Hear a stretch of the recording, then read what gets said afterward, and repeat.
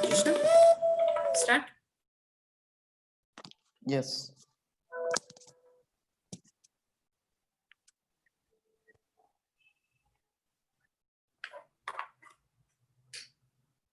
Just a second, I'll call you.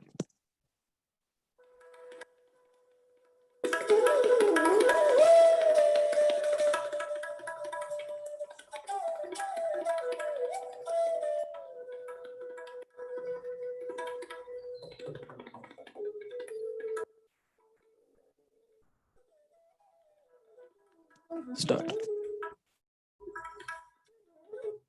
Om Shri Gurubhyo Namah Harihi Om. On behalf of respected President, esteemed Rajiv Gandhi Education Society Room, Shri G.S. Patil sir, respected Honorary Secretary, Dr. K.B. Dhannur sir, respected management, respected Chairman, Shri I.S. Patil sir, respected Principal, Dr. I.B. Koptu Shetty sir, of colleagues of Rajiv Gandhi Education Society's Ayurvedic Medical College, Hospital, PG Studies and Research Center Room. I, Dr. Sharda, Chief Organizing Secretary of International Webinar Trividham Aushadham, welcomes respected speakers and all the viewers on YouTube. ಎಲ್ಲರಿಗೂ ನನ್ನ ಹೃತ್ಪೂರ್ವಕವಾದ ನಮಸ್ಕಾರಗಳು. सबको मेरा हृदयपूर्वक अभिनंदन और स्वागत. शुभ संध्या. After the successful completion of our inaugural and first guest lecture by Dr. Kishore Kumar Ramakrishna yesterday on 1st June 2020, let's now continue our journey getting a better idea and approach of Yukti Vipashraya, Sattvavajaya and Daiva Vipashraya with its applicability. Let's start today's program with a prayer. I request all of you to join me.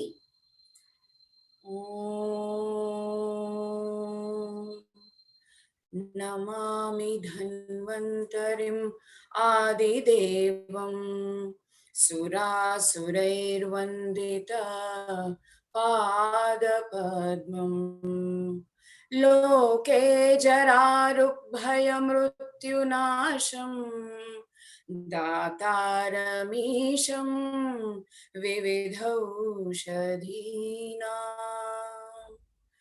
Om Shanti, Shanti, Shanti. Let Almighty give the whole world a very good health. When you own your breath, nobody can steal your peace, it is said. Yes, and today's speaker, Sri Chirag S. Hakke ji, owns his breath. To tell briefly about him,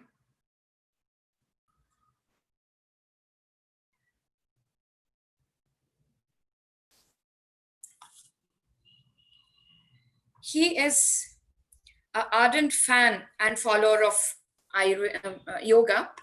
He's international coordinator, yoga programs at SVyasa and for Consult Yoga as well.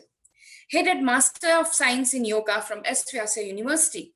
Since 2010, Chirag has been involved with field of yoga.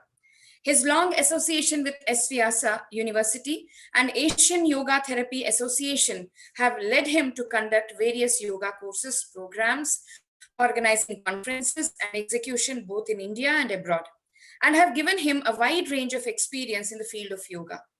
He has been traveling to various countries, conducting yoga workshops, retreats, and programs. He has specialized in many aspects of yoga, such as advanced pranayama, breath meditation, yoga therapy, yogic bhajans for emotional culturing, kriyas, yoga philosophy, Indian culture, yogasanas, etc. Chirag also specializes in playing different musical instruments. Wow. He has published a research paper titled Yogic Breathing Practices Improve Lung Functions of Competitive Young Swimmers. As the consultant creative head at Vivekananda Health Global, Chirag was responsible for marketing, promotion, and coordination of various international conferences and projects. He has been actively involved in online based yoga consultation programs, workshops, and other services in Consult Yoga since 2018. He hopes to spread the joy of yoga to the world at large and help others gain the breadth of a yogic lifestyle. Really, sir, you have done a great job in the field of yoga, and which is the most demanding practices now in the whole world. And our Honorable Prime Minister, as we all know, has made a day as International Yoga Day itself. So that much importance. And I have also practically experienced with my patients everywhere, wherever I see, people are much, much, much aware about yoga and all are sincerely following. I can as well say more than Ayurvedic advices, they immediately grasp the yogic advice and they try to follow that. It's really great. And I think you are also one of the person who is a part of the promotion of yoga to that extent. Welcome, sir, here.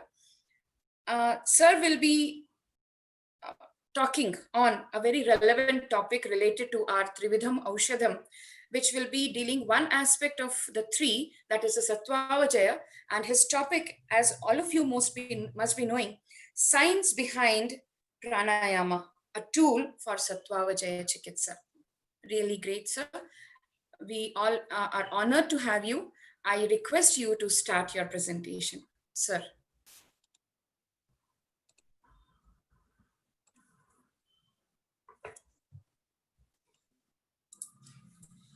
Namaskaram. I thank Rajiv Gandhi Education Society's Ayurvedic Medical College and Hospital for inviting me to give a webinar. I thank Dr. Shadaji for my introduction.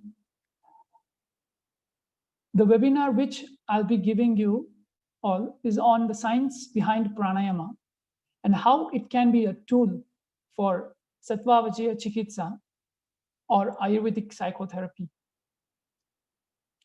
So we'll be starting a session with a simple pranayama practice. I request you all to sit straight with eyes closed. Just observe the sounds around you.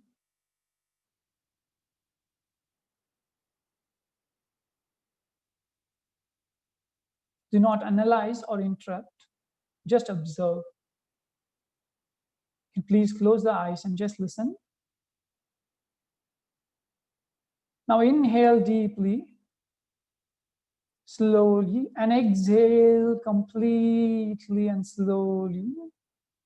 Let us go for 2 more rounds. Inhale and exhale.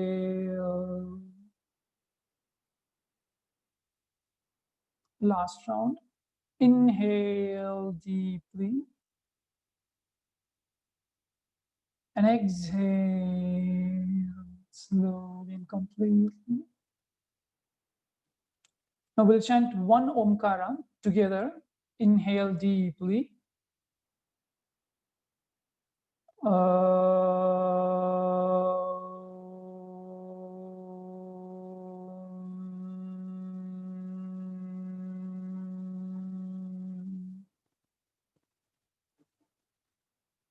Just observe your mind, the breath. Gently, with a few blinks, you can open your eyes. Now you can see how the mind is settled and relaxed. So this is what we are going to see in the next, all the slides, to understand pranayama and how it helps. So today I'll be covering concept of disease in yoga, Sattva Chikitsa and yoga, science behind pranayama, and pranayama as a tool. World Health Organization, WHO, defines health is a state of a complete physical, mental, social well-being, and not merely the absence of disease or infirmity. So WHO definition gives importance to well-being. That is a vital aspect of being healthy as well as feeling healthy. So there is no use in a doctor telling a patient that all the investigations are normal when the patient themselves are not feeling well. This qualitative aspect of health is something that yoga and Indian system of medicine have considered important for thousands of years. I guess now the world is looking forward in this field.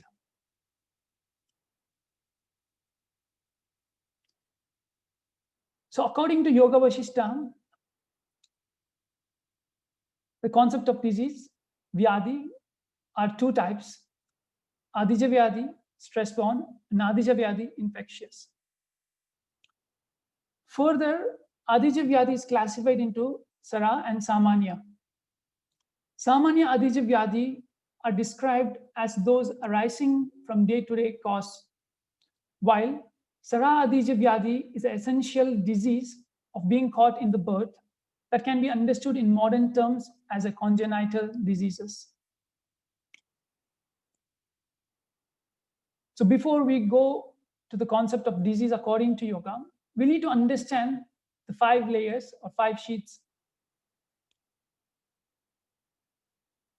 Anandamaya Kosha, Vijnanamaya Kosha, Manomaya Kosha, Pranamaya Kosha, and Annamaya Kosha. So this concept of Panchakosha is described in Taittiriya Upanishad. Sheet of bliss, sheet of intellect, sheet of mind, sheet of energy, and sheet of matter.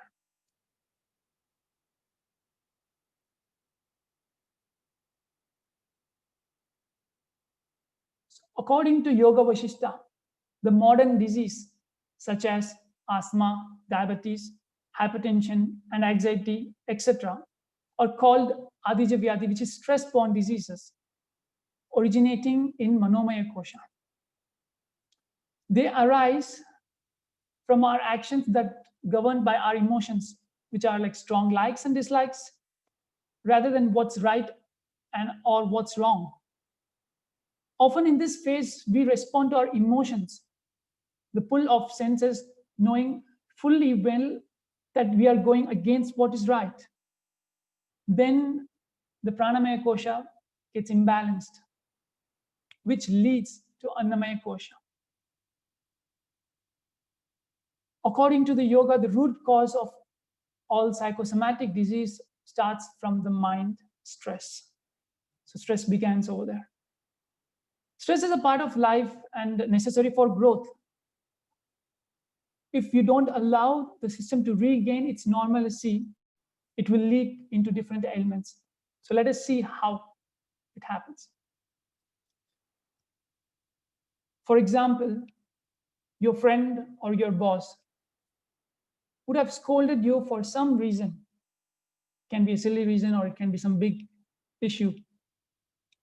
But you replay it in your head for 10 times or 100 times or even more than that. Not just this one thing, but many other demanding situations in this world, from your family, from your work, from the society. So what happens? It becomes a whirlpool, the same thought, and it pulls you deep inside. Your mind becomes restless it keeps thinking the same thing. The speed it goes will be out of control. So this is what happens when people get stressed or people worry about something.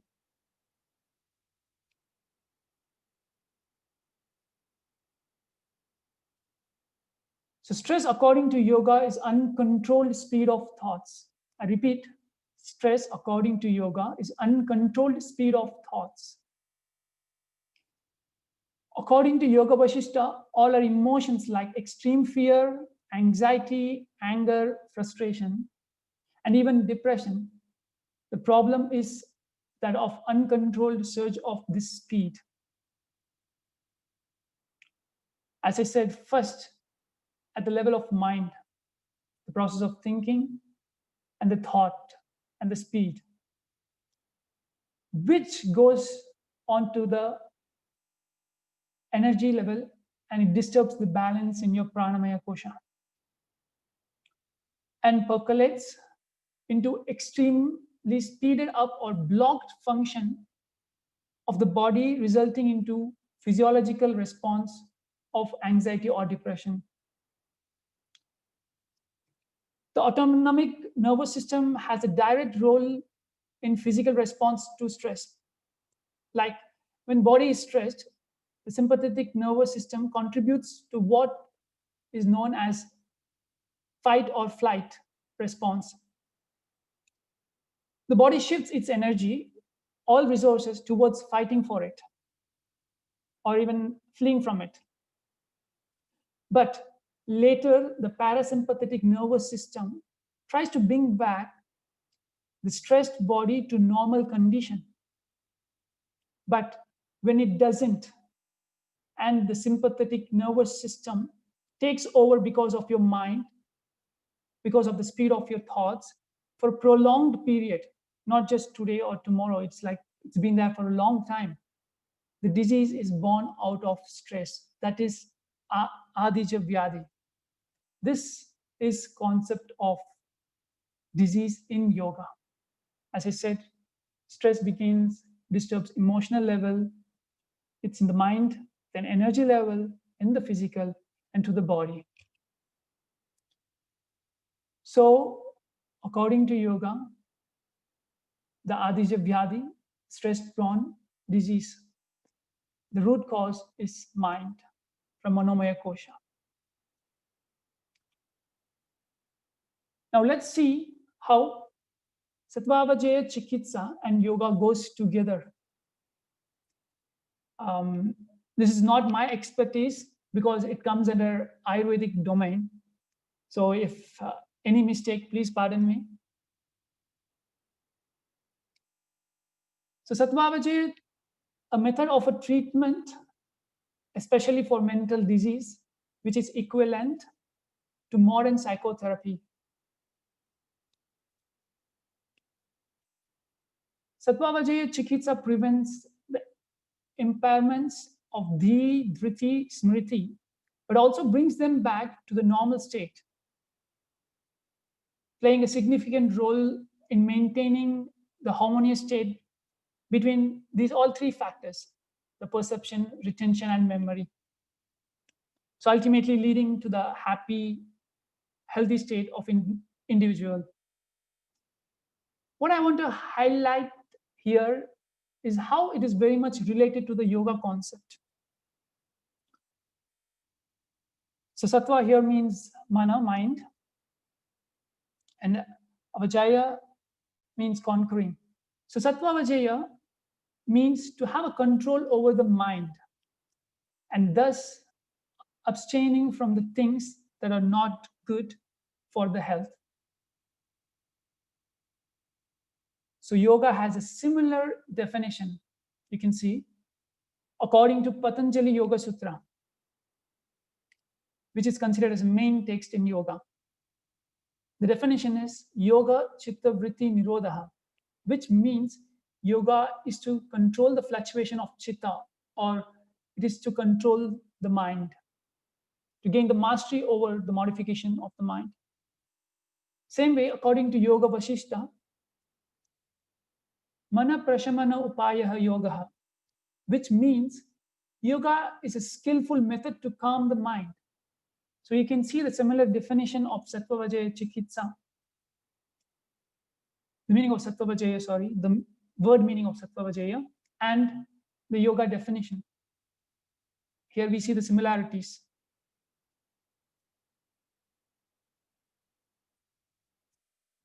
So Manonigraha is an aspect of Sattvavajaya Chikitsa. So this can be achieved by various ways.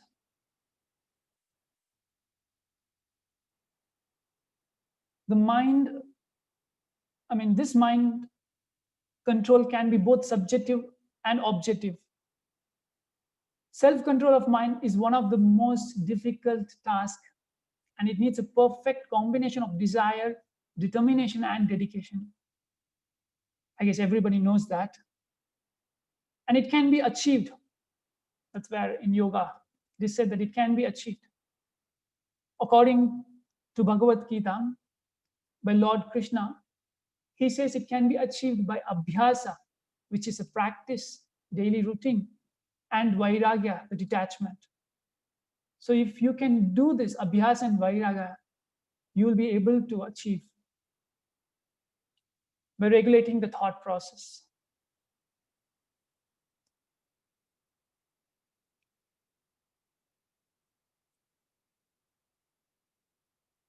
Now, the treatment process as given for Manasa Roga in Ayurveda is jnanam, a spiritual knowledge or an understanding, a true understanding. Vijnanam, a specific knowledge or a scriptural knowledge. Dhairya, patience or controlling power. Smriti, memory or recall. Samadhi, mental equanimity, meditation or concentration. Again, the yoga works a similar manner, the treatment what is given in Manasa Roga. Now we'll see how yoga has a similar therapy and a treatment. The integrated approach of yoga. We work on all these 5 koshas to remove the root cause of the disease. On a physical level, the practice of asana, kriyas, and following diet is given. And on the energy level, which is a pranamaya kosha, practice of pranayama is given. On a mental level and emotional level, sublimating the trigger factors, increasing the creativity and willpower, enhancing happiness in life, and equipoise. And on the intellectual level, sharpening the intellect and calming down the mind. And on the bliss level, through the service and charity. So you can see all these 4 types of yoga: Raja Yoga, Bhakti Yoga, Jnana Yoga, Karma Yoga. We work on all this yoga so that the health is taken care from the root cause. So on physical and energy level, Raja Yoga works. On the mental level, Karma Yoga. And on emotional level, Bhakti Yoga. And on intellectual level, Jnana Yoga. If you go deeply inside, actually all yoga works on all the level.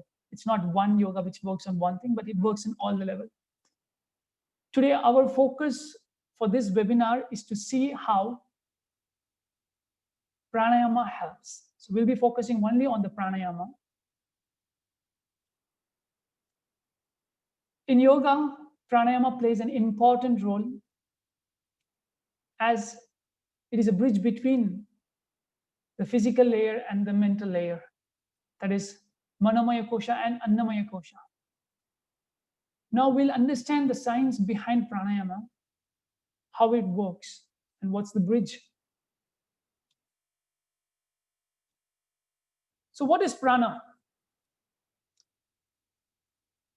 The closest translation in English of prana is a life force or life energy. Prana is a sum of all the energy that is manifested in the universe. You can see anything, the planets, stars, galaxies. The gross body runs because of prana. Without energy, you cannot. The cause of life is also prana. As long as there is a prana in the body, so long there is a life. So everything happening in the body is because of prana. Like thinking, the mental process, thinking, even that is also because of prana. Eating, digestion, and breathing. So prana plays an important role.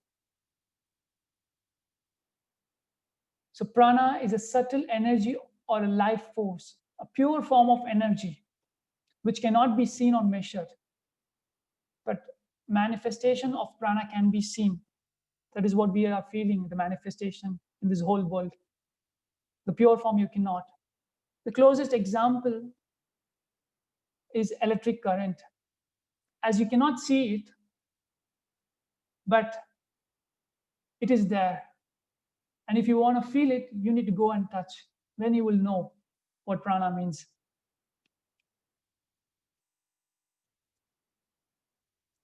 So let's see what pranayama means. Now we have understood what prana means. We'll go deeper to understand what pranayama means. People think pranayama is just a breathing exercise. Like you inhale and you exhale, you hold the breath, and you different types of sound. But it is more than a simple breathing exercise.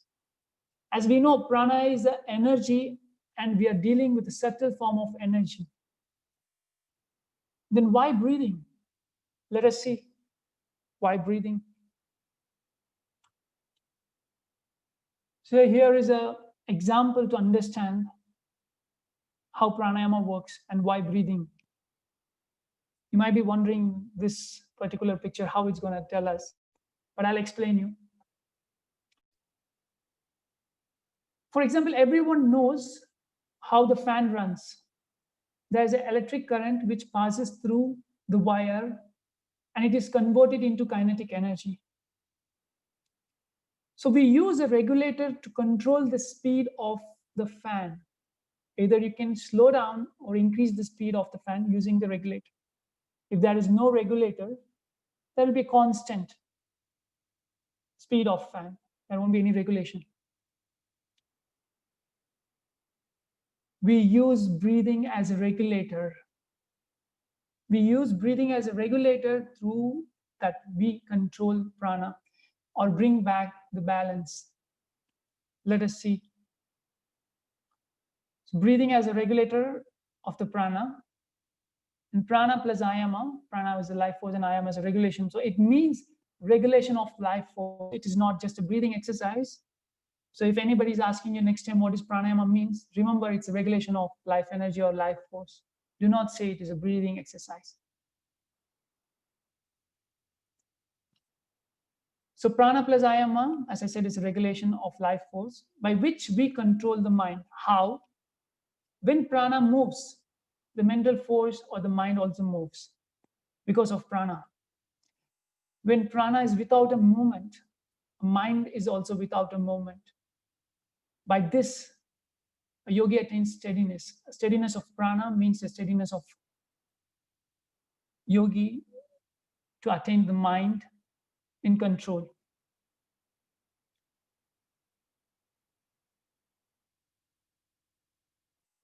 So the goal of pranayama is not just slowing down the prana, but it is to regulate the prana inside. Sometimes consciously suspending or retaining the breath, that is kumbhaka, is used to regulate. Prana is a force behind the respiratory muscles that generates and controls our respiratory activity. As I said, all the movements, everything happening in this world, even in your body, it's because of prana. Even the respiration is also because of the prana. The force behind your breathing is also prana. By slowing down the respiratory rate, we actually control the prana. So we are getting a connection now, how breathing is helpful in controlling the prana. So by slowing down the respiratory rate, we actually control the prana. Breath is only a consequential. It is not the main thing. And prana is responsible for all the activities within us. It's not just the breathing, you can do everything else. If you can control your thinking process, your movement of the body, asanas, even there prana works. But breathing is very close.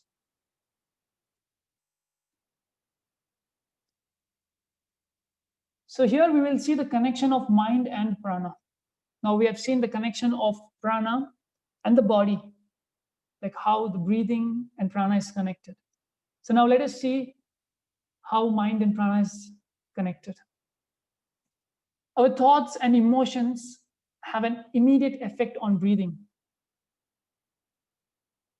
Do you remember the way your breathing changed when you lost your temper? Or when you have to reach to the airport or to the train station and you run out of the time? I guess you have seen the changes in your breathing. Even when you get surprised, sometimes when you're focused or when you meet someone you loved, breathing shifts the balance of energy within the body also. The momentarily heighten our attention level, preparing us to take an action and allowing us to win the emotion through this energy.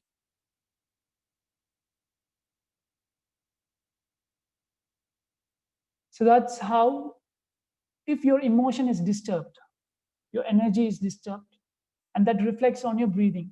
And if you try to do the balance in your breathing, it will affect the emotion and it will change the balance in your energy.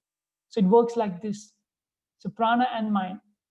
For example, if you listen to a nice music, if you listen to a good classical or something which you like it, immediately you can see the change in your body, energy, and your breathing. And same way, when you see something so much exciting, and that changes in your breathing and energy. And when you change your breathing, it reflects the same in energy and emotion. So this all is interconnected, interlinked. So that's why pranayama works in the mind.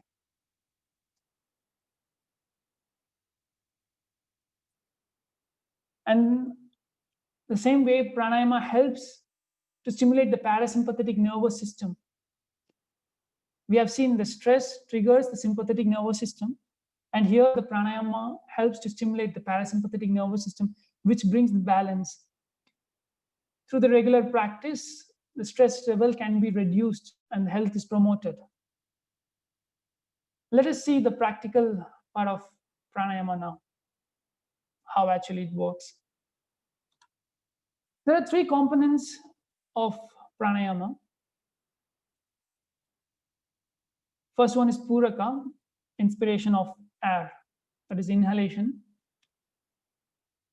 Kumbhaka means retention, the holding your breath. And rechaka, which is expiration or exhaling. So these are the three components of pranayama: puraka, kumbhaka, and rechaka. So principle of pranayama for the beginners is to start with slowing down the breathing rate, as we just did when we started the session, like how we inhale slowly and exhale slowly. And we go for a longer exhalation period and deep and continuous breathing, like making it as a proper rhythmic. So these are three principles. When you do pranayama, you need to practice.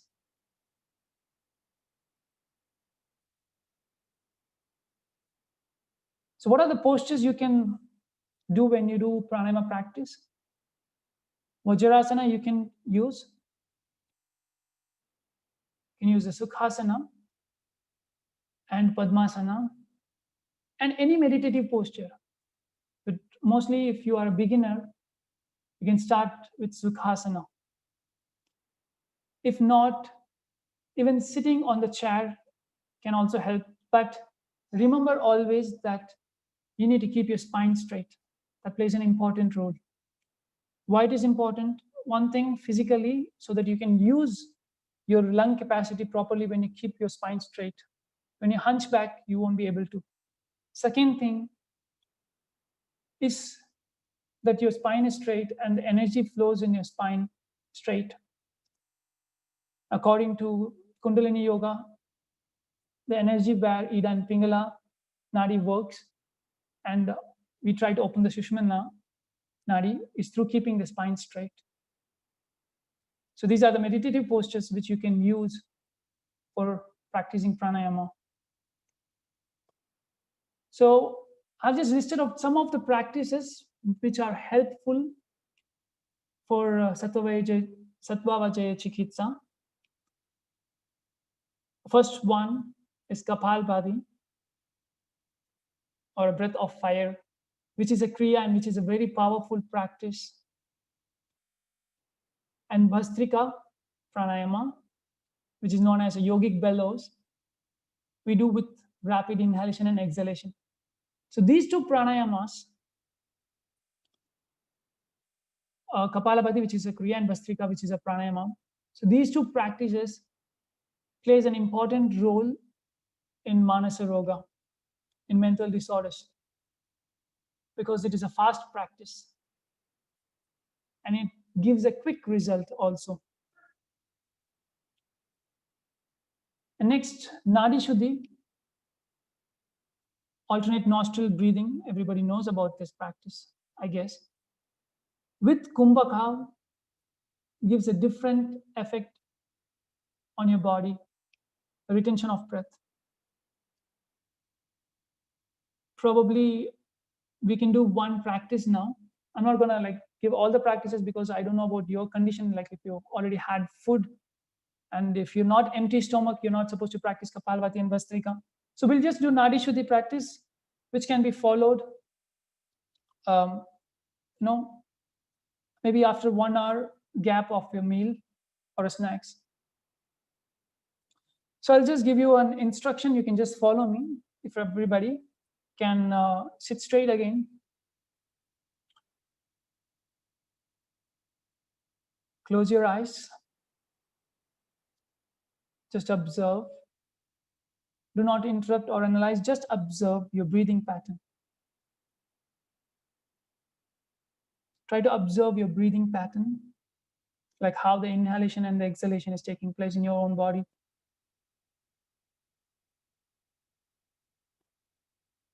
Do not open your eyes until I ask you to open. Another important, to keep your eyes closed so that you can observe and you can be aware when you do the practice of pranayama. Now, either you can use your thumb and the middle finger to close right and left nostril. You don't have to use any mudras. No, you can use a Nasika mudra, or you can just use your thumb and the index finger to close right and left nostril. So we'll start the practice. You can just follow my instruction. Now just gently with your thumb, close your right nostril. Close your right nostril. Now slowly inhale through the left nostril, probably 5 seconds, like 1, 2, 3, 4, 5. Now hold your both the nostrils. Do not breathe. Hold your both the nostrils for 5 seconds. 1, 2, 3, 4, 5. Open your right nostril and just breathe out in right nostril. 1, 2, 3, 4, 5. Again, inhale through the right nostril. 1, 2, 3, 4, 5. Hold the breath after inhalation. 5 seconds. 1, 2, 3, 4, 5. Now, exhale through your left nostril. 1, 2, 3, 4, 5. Let us repeat this 3 times again. Inhale through the left nostril. 1, 2, 3, 4, 5. Hold the breath. Antar Kumbhaka, hold the breath for 5. 1, 2, 3, 4, 5. Exhale through the right nostril. 1, 2, 3, 4, 5. Again, inhale through the right nostril. 1, 2, 3, 4, 5. Hold the breath for 5. 1, 2, 3, 4, 5. Exhale through the left. 1, 2, 3, 4, 5. Last round, you can do it by yourself. Try to keep complete awareness on your breathing and count yourself according to your own capacity. Do not overstrain.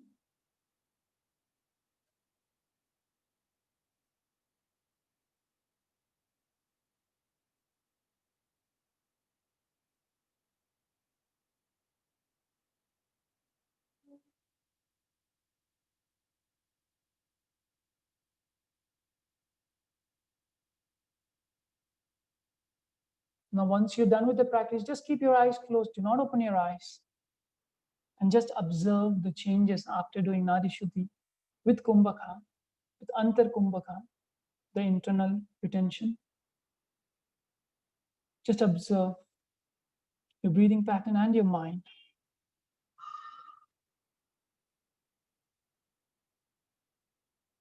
Now gently open your eyes. You would have seen some changes in your breathing pattern after doing Nadi Shuddhi with Antar Kumbhaka. I hope you would have experienced it.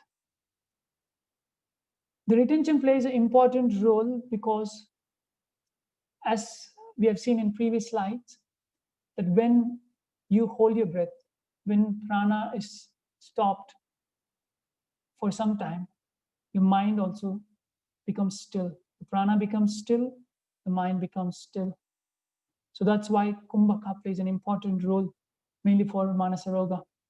And for any kind of ailment, it helps. So next practice is Brahmari, a humming bee sound practice. This also will experience and see how it feels. And then I'll explain you what and how Brahmari is very effective. So in Brahmari practice, what we do is we touch the tongue to the upper palate and we close our mouth. And after inhalation through the nostril, we exhale, making a sound of a humming bee. And the sound is like when you pronounce the word king, sing. I repeat, when you say king or sing, you can see the tongue is touched to the upper palate and there is no sound, no. The same sound we'll be producing by closing our mouth. So let us do the practice. We'll do 5 rounds of Brahmari practice. Again, you can close your eyes, sit straight. Just prepare yourself for a Brahmari pranayama practice.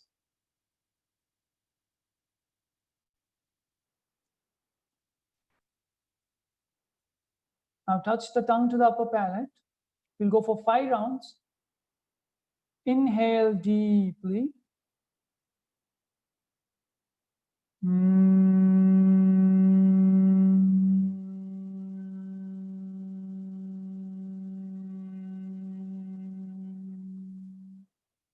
Again, inhale deeply.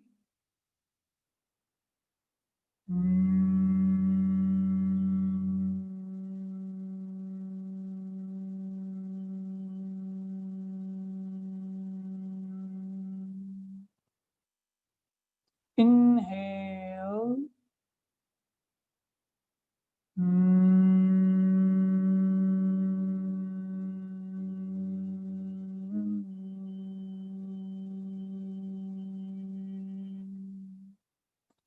Inhale slowly and deeply.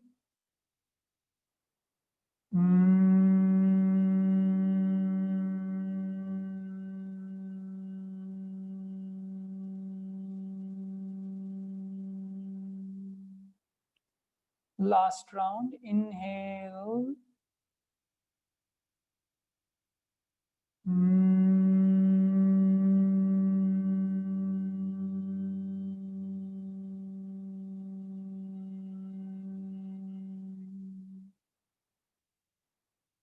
Just observe without opening your eyes. Observe the beautiful resonance of Brahmari in your facial region and in your head region. Observe the sensation.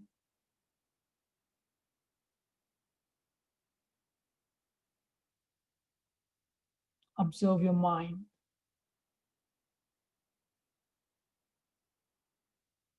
And your breathing.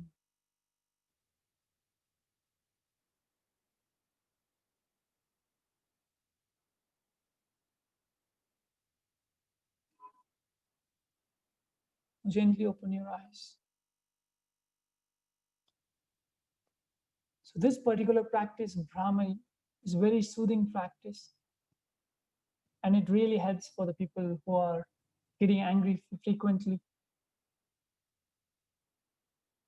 And one of the beauty in this practice is you try to use your all senses. For example, when you make a sound, you're listening to it and you're producing the sound. And with eyes closed, eyes cannot see anything outside, so the awareness goes with the vibration happening in your body, in your mind, in the facial region. So we try to pull all the sense inward when you do Brahmari practice, and even Nadanusandhana, like Omkara chanting or mantra chanting also. When you do it properly, what you try to do is like try to pull all your sense inward, and also your thought process becomes only focused on this practice because the prana is involved in it. Like you have to inhale deeply, and when you exhale, you have to produce the primary sound. If you don't, get your awareness on your breathing, you won't inhale deeply and you won't produce it properly. So your sense, your prana, your mind, everything put together works on this practice. So that's why this plays an important role.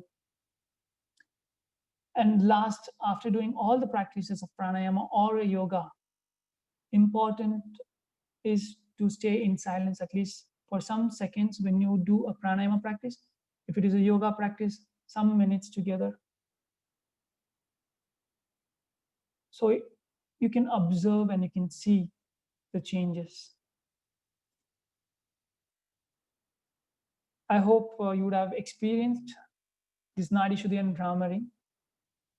And probably you can try Kapalabhati and Vastrika. If you haven't tried it, that is really good practice. You can find a yoga teacher nearby because it's always advised to learn pranayama properly from a yoga teacher. So now let us see pranayama, how to apply in depression and anxiety state. See, in a depression, the mind there is a speed of thought, but it is packed, it is not expressed. In anxiety, it is very much expressed. So in depression, a person is always quiet, doesn't respond to anything. But in anxiety, it is opposite. He expresses a lot of other activities. So in depression, what we do is a slow type of practice, a very slow, dull and inactive, like a person who is there. First, we need to activate that person. To activate him, you need to start with the fast practices. It's not only in pranayama, it applies in all the yoga practices.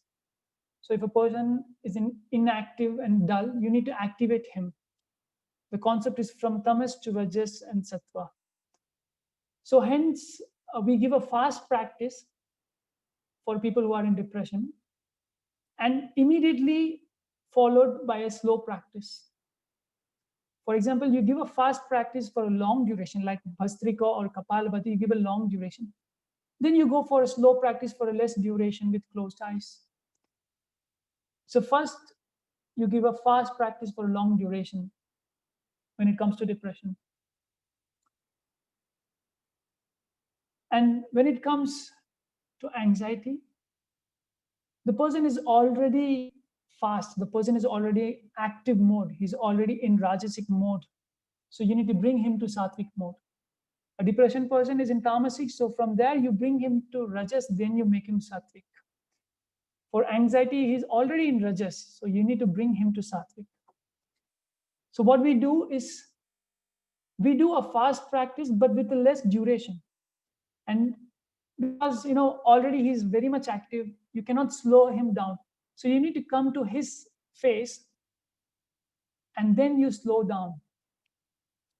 So hence the fast practice with a less duration, immediately followed by a longer duration of a slow practice. So this will help a person who's in anxiety. There have been several studies conducted which suggests different types of pranayama practices, like Bhastrika, and different types of kriya practices, like Sudarshan Kriya, Isha Kriya, which is very useful in the management of anxiety and depression and a lot of other mental disorders.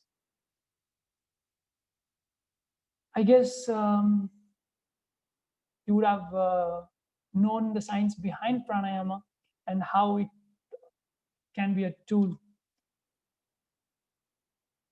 So this one slide, which I always tell people, that yoga is 99% of practice, then you experience it. It's just 1% of theory. Remember, it is easy to listen, but you have to apply and you have to experience it. Then it becomes a part of you, or else it is just a memory. It is not more than a memory. So I think this short presentation pretty much sums up how we can use pranayama as a tool in Sattva Jaya Chikitsa along with other therapies. I thank again Rajiv Gandhi Education Society, Ayurvedic Medical College and Hospital to giving me an opportunity. And thank you very much. Namaste.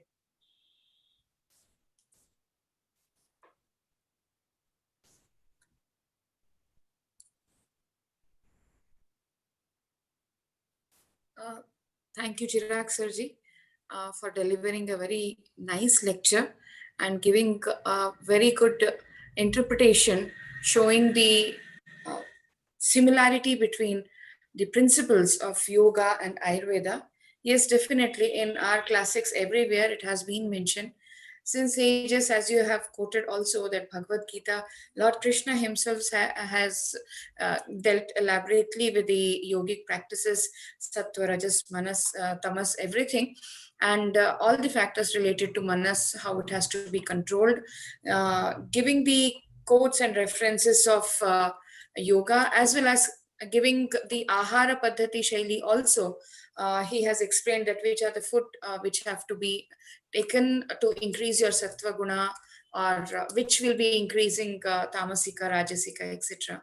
So yes, we also in our classics like Charakacharya, Sushrutacharyas, they have emphasized on yoga, but not a very detailed description has been given. Probably what we infer, being the followers of Ayurveda, that both the things are very vast, though, and they are interconnected. They have to go hand by hand, hand in hand. But because of the vastness of both the systems, maybe some have taken up that part, that is a yogic way, and some have just gone or followed the aushadha or the medicine or the material in what way we are practicing. But yes, of course, this is one, that is why we concentrated on this Trividham Aushadham, wherein all the three conglomerate and then we have to use it for practice. So when it comes to Yukti Vipashraya, like yesterday, Dr. Kishore was speaking, he was the same factor. You also gave a talk on Manas. He also gave a talk on Manas. Two same aspect, same thing, but the approach is in two different ways. And this using the medications, what are the medicines and how they have been scientifically proved that in what way they will be working is one way, and the other way is just following the yogic practices, particularly the practice of pranayama, uh, will be definitely. And just imagine if both the things are put together, implemented by the patient, then he will be coming out of his whatever the condition, mental condition, very fast. So that should be all our approach nowadays. Like everyone are even well versed with Ayurveda. They are Ayurveda practitioners. They are also well versed with the yogic practices. But yes, uh, everyone should start following. Though the persons who are not Ayurveda practitioners or who don't know much about or they can't advise as such as therapeutic yogas and all, they can as well refer, and a joint venture kind of thing can be done so that ultimately the patient comes out of his condition. Thank you, sir. Now I would like to have some question answer session. Few questions have come. Yes. Um, one question from Jayvant Kharat. Uh, he is asking, is there any information regarding thyroid diseases and pranayama? Yes, for thyroid disease, one of the practice which will help is Ujjayi pranayama. But as I said that not just a pranayama is going to help them, it is always better to do an integrated approach of any kind of ailments, like to work with asana practices, to target your mind also, because the hormonal level happens because of their emotional, imbalances. So you have to work on Manomaya Kosha, Pranamaya Kosha, and the Annamaya Kosha. So I guess I cannot, describe all the practices, and because it has to be done in a practical way. And as you said that it is a vast subject, each thing it goes more deeper and deeper to understand it, how it's going to work. And today we have a lot of research done in pranayama and other yogic practices to understand and to explain that it is working. So I would suggest him to, try a yoga therapy, or if nearest yoga studio is there or anybody, and get a consultation from them and do the practices. And please, there are certain practices you can watch in YouTube and you can practice it. But if there is a complication, you have to always, take care of it. You might be telling just the thyroid one reason, but we need to understand your whole body and the condition, all other history, so that you can give a particular practice. Yes. Yes. Thank you. Now, another question by Sunil Chavan.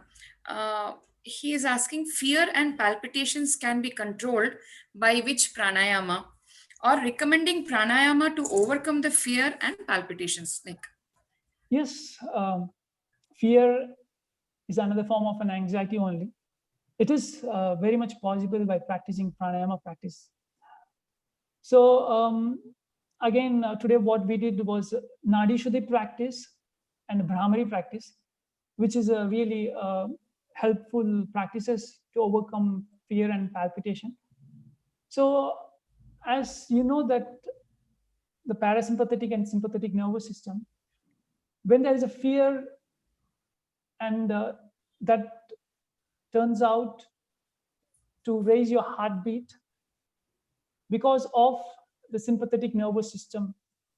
So when you do the pranayama practices like Nadi Shuddhi, when you slow down, and when you do Brahmari practices, again, when you slow down, you try to activate the parasympathetic nervous system, by where your palpitation will come down, and by then your fear also comes down. But it is not just one-time practice. You have to do regular practice, which is an important point, because people come like, today I have this problem, and it's not like a pill or a medicine just to take and you will get cured. You have to do regular practice daily, then you will see the results. So I would suggest you to practice Nadi Shuddhi and Brahmari, and go for a long duration, at least like 10 minutes in a day, probably in morning or evening. Morning is always better. So, and you can see the result after a week. Thank you. Yes, I would like to add here from my side. I'm not a yoga practitioner, but yes, I always I have few of my circle wherein they are expert in yoga, and I refer to them for my therapeutic advices. And why? Because I have come across people who have done Kapalabhati patients, like those who are having suffering from bleeding piles and like arshas and all, and they, without probably under the guidance of any trainer, they have done it on their own, and that has caused like sudden increase of bleeding, per rectum and all. So some of the things have to be definitely done under the guidance, not on your own, as you said, sir. Now, another Dr. Soumya Lakshmi Soman, she is thanking you, first of all. Thank you for the insightful presentation. And she is asking, I would like to know your opinion about effect of yoga in mental health depending on gender.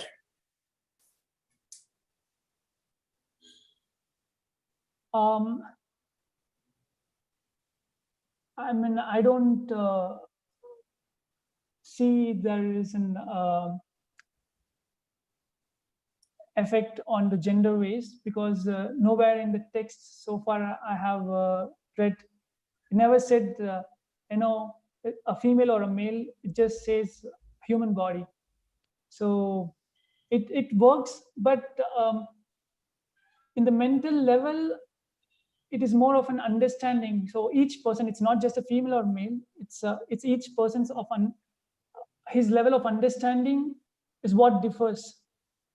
So there is nothing to do with the gender over here. So it works for everyone. It works for all the beings. Yes. Yes, I also agree on part of Ayurveda also, where it is said that each person is a Chikitsya Purusha is different, depending on the combinations, permutations of Vata, Pitta, Kapha or Sattva, Rajas, Tamas. All the six put together, they have varieties of permutation combinations. So at subtle level, it is very difficult that even the genders will not be giving any clue for that. One more question from Ritu Mittal. Do Kapalabhati is really effective on obesity? Yes, Kapalabhati is effective on obesity. And again, I want to say, I would stress over here that not just one practice is going to help you. It is always an integrated approach. Because when even I've heard, like, when people say that, can I just do Kapalabhati and I can keep on eating food and I can do all of the sedentary lifestyle? No. Kapalabhati will help for sure. There is a study also, but you have to follow other practices also, like the food, lifestyle, things together. And in Kapalabhati, what happens is, like, when you flap your abdomen inward, you try to burn out the layer of the abdomen area. So that's how Kapalabhati is effective in obesity. Next question is by Dr. Mohit Kumar. He's asking, does pranayama be effective in arthritic patient or not? Pranayama in arthritic. Yes, it is. It is very much. See, when we say pranayama, we focus on the prana, that is the energy, that is the life force. So according to yoga, the disease or concept of disease is because of the imbalance in prana, and the imbalance in the particular region for example, if it is arthritis, any joint, the imbalances happens over there. So when we do pranayama, we try to bring a balance in your whole system. That is parasympathetic and sympathetic nervous system. And also you balance your emotion, which again sometimes triggers your arthritis. For example, I've heard this story from SVSM, that there used to be a participant. We don't call them a patient, we call them a participant when they come for a treatment in our university. So she used to have a knee pain very much. It's like very much knee pain. But when we try to get her history and everything, there was nothing related to knee history, or there was nothing related to like which might affect her knees. Then we asked her stress history. She said that she used to get angry on her mother-in-law. And whenever she gets angry in mother-in-law, so she wants to kick her. That emotional thought is there in her head. So when that thought becomes strong, that prana becomes strong, that sends a signal to your leg to kick it, but you hold it because it's mother-in-law. You know that you can just think about it, but you cannot do it. So what happens? You try to send a signal and it doesn't work over there, and the prana gets stuck over there. Imbalance happens and more force is given, and it gets blocked over there. And because of that, she got this knee problem. So yes, pranayama can help. When you bring the balance, it will help them. And as I say, just not pranayama, there are other practices also, like movement of your joints. And especially Ayurveda works really good in arthritis and joints, because I've seen that also. The oil application, I mean, I'm not much into that, how it works, but I can see. Yes, but as you said, with this case, even when the stress factor is there for the root cause for her arthritic pain for that participant, definitely even any amount of Panchakarma or Ayurveda would also not have worked. So same thing also is followed by us. I just want to add from my side that how maybe, just correct me if I'm wrong, because Ayurveda says prana is like they have around 11 entities which have been called or taken as prana, and that includes our Agni. We say that is the force. We also say Agni is an energy inside which takes care of everything. It is also one of the pranavayu. We can say it is also the Jnanendriyas and the Karmendriyas. Indriya, Manas also is taken as a prana. So many factors are there. When we collectively take and then we apply pranayama, then we can say that most of the conditions, imbalanced conditions of the body can be taken care. That's very much true, very much true. Yes. Now, one more question by Kittu Singh. He's asking, help of yoga, how will you manage diabetes? Can be managed by yoga practice or not, sir? Yes, I don't know if she had seen, like in past 2 years, there was a big movement all across India, Stop Diabetes movement, especially by all the yoga therapists and the therapy organization together. One of this was SVSM. It is very much possible with yoga. It is, can be managed. And again, it's an integrated approach of yoga therapy together. It's not one practice. So it is possible.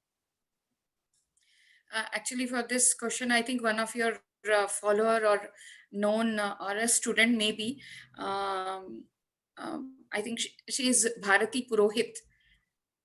She has answered very much effective, sir, because she had addressed as Bhaiya, Chirag Bhaiya.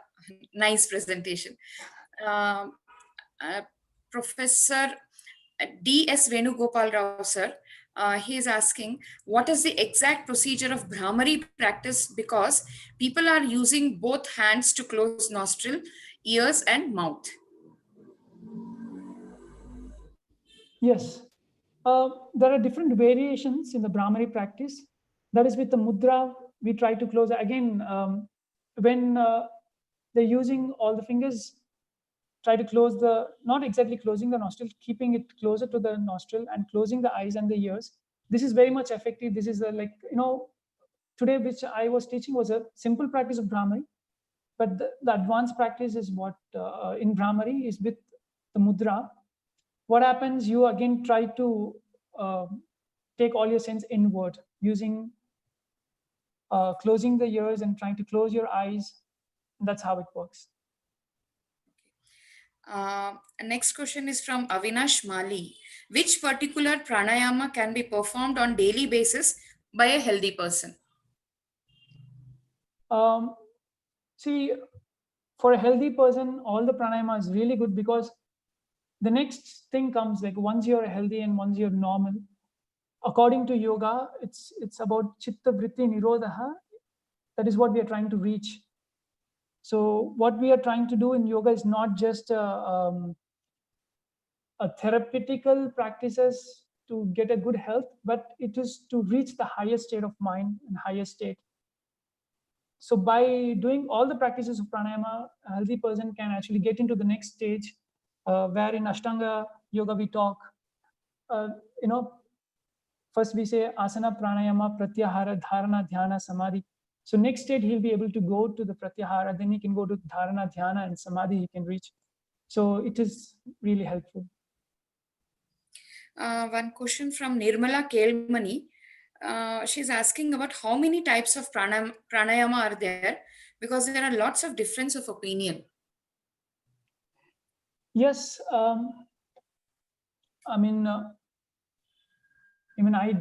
also feel like in different textbook there are different types and different variations.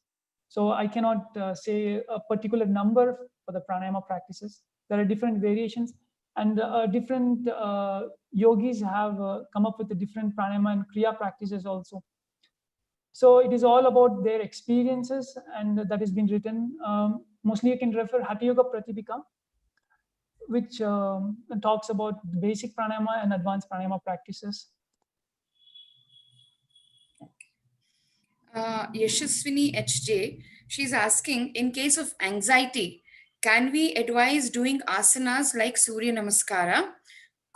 Because when we do Surya Namaskara, there is increase of heartbeat and feel decrease in energy.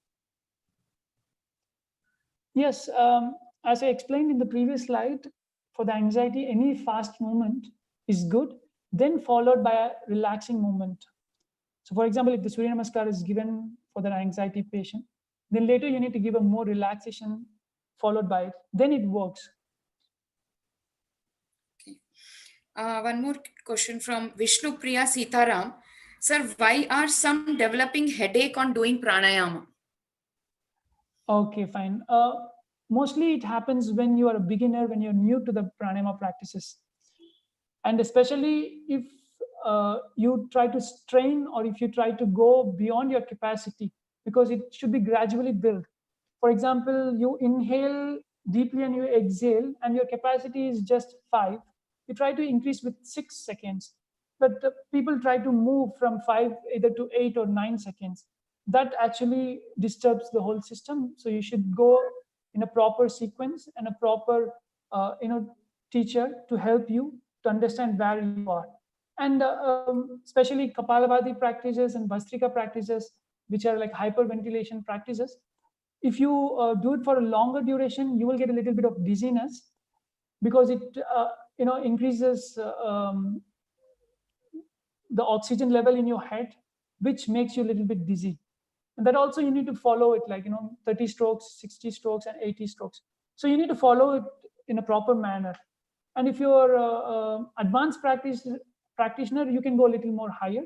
Again, it depends on your capacity of your lungs. I just want to add here from my experience, one of my colleagues who was in Swasthavritta department, and who used to take classes of yogasanas and all for the students for the practicals. So one fine day morning, like day before he was fine, next day morning he came with a cold, severe cold.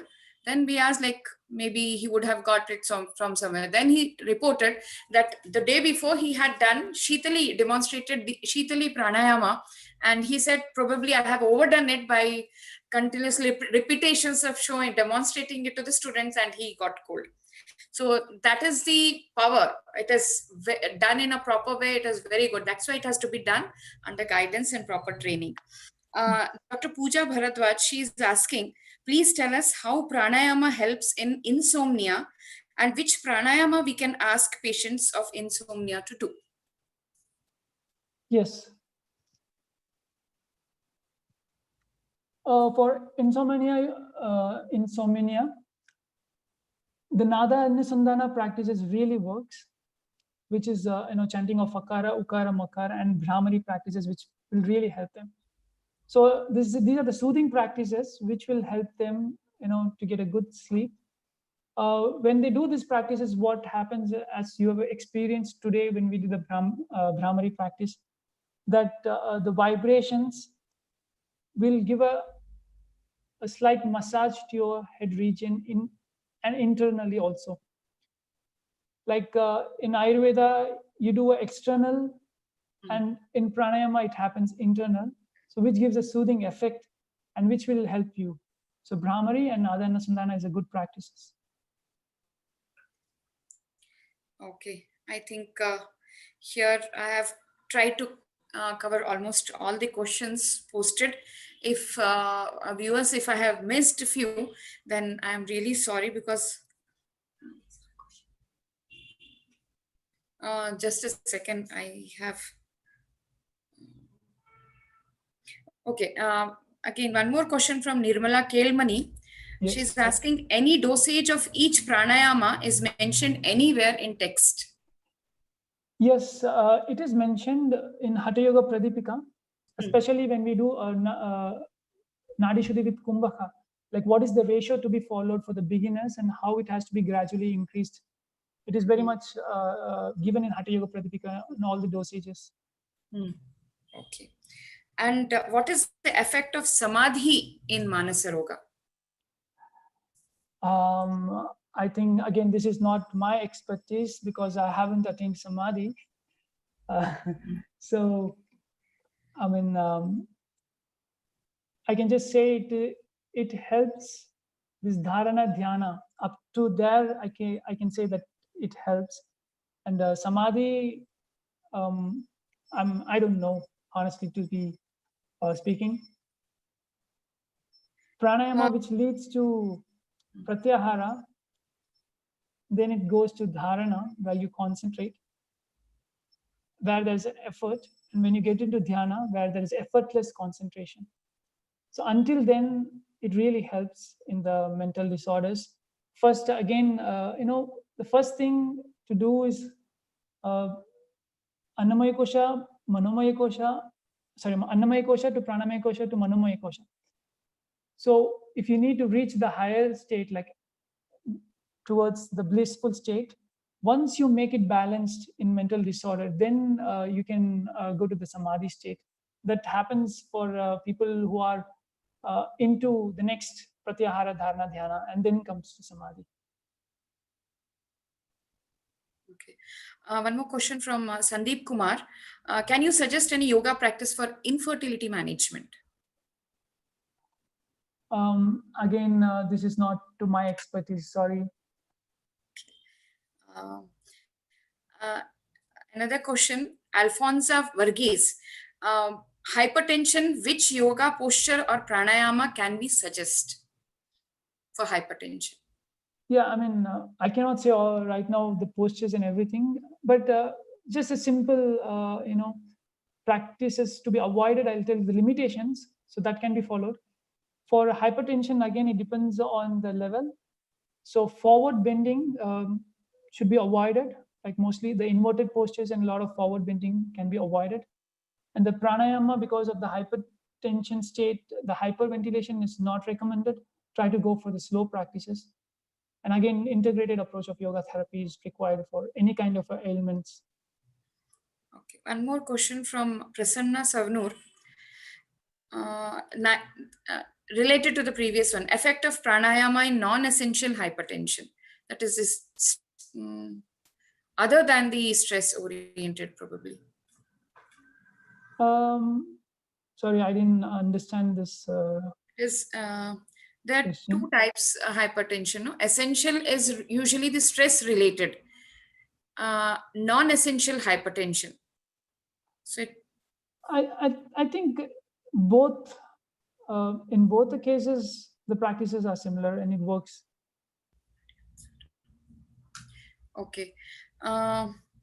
There was one question that how many, like, we give medicines 3 doses twice a day, thrice a day. So is there anything like dosage wise 2 times you have to do, 3 times you have to do? Like basically how many times? By Nirmala Kelmani. This was the question. Even she's asking about the dosage for the pranayama. How many times can be done in a day? Yes. Again, each pranayama practices has a different dosage, and now I'm not a doctor to prescribe the dosage, but it depends on your capacity only. So the timing is always better in the morning, because your mind is also fresh and there is no disturbance and your stomach is empty. So these are the important things to be followed in all the yoga practices, morning and in evening. So Sandhya Kala is always recommended in all the yoga practices. One more question from Dr. Palak, where any pranayama for PCOD or PCOS?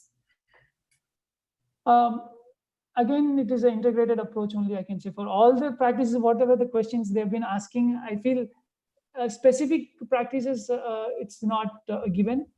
But I can say the Nadi Shuddhi practices can work for all kinds of diseases because it helps you to balance the prana completely. When you do Nadi Shuddhi, it helps in all kinds of diseases where there is no limitation. When it comes to Kapalabhati, Bhastrika, there are limitations like hypertension. For them, there is a limitation. And when it comes to Brahmari and Nadi Shuddhi, there is no limitation. So everybody can practice, and that's going to give you a result. Is rightly said, sir, because it has to go hand in hand, like integrative approach. Like I can share my experience that initially I treat for if there is a amenorrhea, she has not got her cycle, maybe because of one of the reason, maybe PCOD. I initially start with some medication. Few cases I have done this in this way, that I have given Ayurvedic medications. Some get it, some don't. So I don't want to overdose. For that, I send for a therapeutic yoga and pranayama, deep relaxation if required. Then with that, not with the medicines, but with the yoga and pranayama practices under a trained therapist, she has got her cycles. And again, once we have the cycle has come, and then for the other 3 cycles, like we monitor and administer the treatments and all, I suggest them to continue, advise them to continue the medicines as well as yoga practices side by side, particularly related to the system, that is the reproductive system, wherever, or even the hormones. So sir also has stressed the same thing. It has to go on an integrated way. That would be better. Yes. I think we have tried to cover most of the questions, because some are repeated questions, so I have not taken it. So please, the viewers should not take it otherwise, because few questions were on diabetes. So answer is the same. Few questions on obesity, answer is the same. So that's why I didn't take. And from the bottom of my heart, on behalf of the whole Institute, RGS, AMC, Roan, I would like to thank Chirag sir for such wonderful presentation, more than presentation, the workshop kind of thing, what you have made us to do, and realize that too, the day would have tired them, and then with your pranayama practices, definitely there would be much relaxation to the body, mind as well. So really, it was a good and very educative lecture.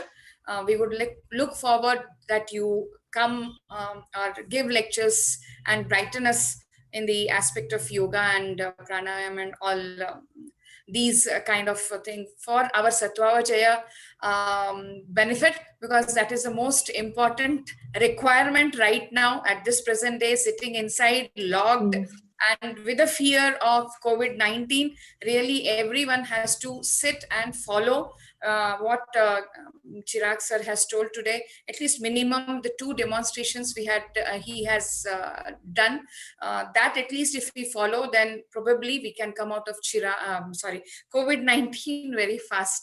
So thank you, thanks a lot. Thank you very much. Thank you very much for giving me an opportunity, to share. And I hope this is just a small today the lecture, or you can say presentation, but there is a lot to practice. So I wish everybody stay at home and stay healthy and practice. Now you have learned a theory, a bit of it. You have to practice daily. Yes. Namaskaram. Definitely. Thanks all the viewers for a patient watching, and a lot of views and a lot of reviews also have already poured in. So I thank all the viewers, and I request all of you to stay tuned for the rest of 5 days.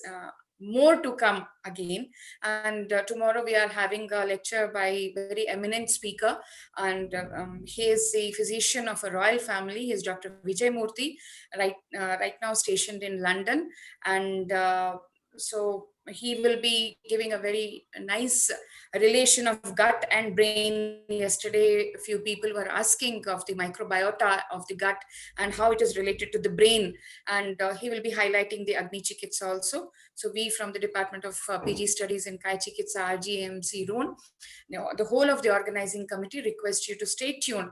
Tomorrow we'll again join. The link will be posted at 4:55 the moment we join, so that directly you can, otherwise you'll have to keep on searching in our college YouTube channel. So better you wait for 4:45, we will start, and then we'll start sending you the links. So thanks a lot for view. Thank you. Even the guest speakers were present here. Thank you, sirs. Thank you.